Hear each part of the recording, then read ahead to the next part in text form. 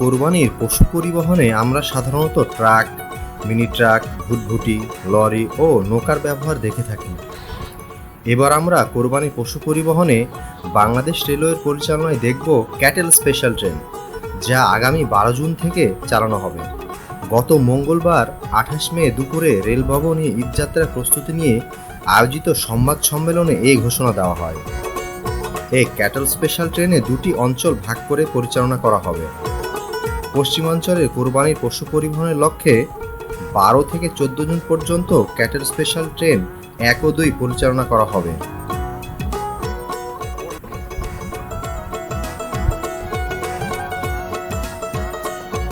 এই ট্রেনটি রহনপুর স্টেশন থেকে বিকেল 4টার সময় ছাড়বে। নাচোল, আমনুরা জংশন, চাঁপাইনবাবগঞ্জ ও আমনুরা বাইপাস কাকনাট হয়ে রাজশাহী স্টেশনে পৌঁছাবে।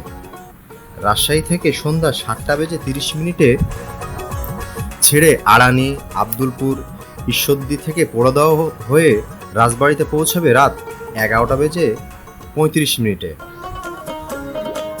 এরপর ফরিদপুর থেকে ছাড়বে রাত 12:17, যা ভাঙা হয়ে ঢাকা পৌঁছাবে রাত 2:15।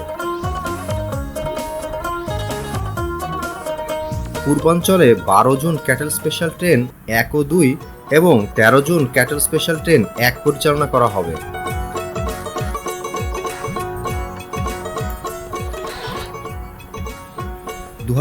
সালের জুলাইয়ের প্রথম দিকে কোরবানি উপলক্ষে দেশের উত্তরাঞ্চল ও পশ্চিমাঞ্চল থেকে ঢাকা ও চট্টগ্রামে ট্রেনে করে কোরবানি পশু পরিবহনের উদ্যোগ নেওয়া হয়েছিল, কিন্তু ব্যবসায়ীদের কাছ থেকে তেমন সাড়া পায়নি রেলওয়ে। তবে এবছরে গরু ব্যবসায়ীদের কাছ থেকে সাড়া মিলবে বলে আশাবাদী বাংলাদেশ রেলওয়ে। ভিউয়ার্স, কোন স্টেশন থেকে কখন এবং সেই স্টেশনে যোগাযোগের নাম্বার আপনাদের প্রয়োজনে চার্ট অনুযায়ী দিয়ে দেওয়া হলো, প্রয়োজন হলে দেখে নিতে পারেন। গরুর পরিবহন ভাড়া সম্পর্কিত তথ্য আপনি মোবাইল ফোনের মাধ্যমে জেনে নিতে পারেন। ইতিমধ্যে আপনারা অনেকেই জানেন পশ্চিমাঞ্চল রেলওয়ে ম্যাঙ্গো স্পেশাল ট্রেন চালু করেছে। এই ম্যাঙ্গো স্পেশাল ট্রেনের সঙ্গে পণ্যবাহী 3টি ওয়াগন জুড়ে দিয়ে ঢাকার কোরবানি পশু পরিবহন করা হবে। প্রতি ওয়াগনে 20টি করে গরু পরিবহন করা হবে। প্রতি ওয়াগনের ভাড়া হবে 11,830 টাকা। তাই একটি গরু ভাড়া পরিবহন পড়বে 592 টাকা।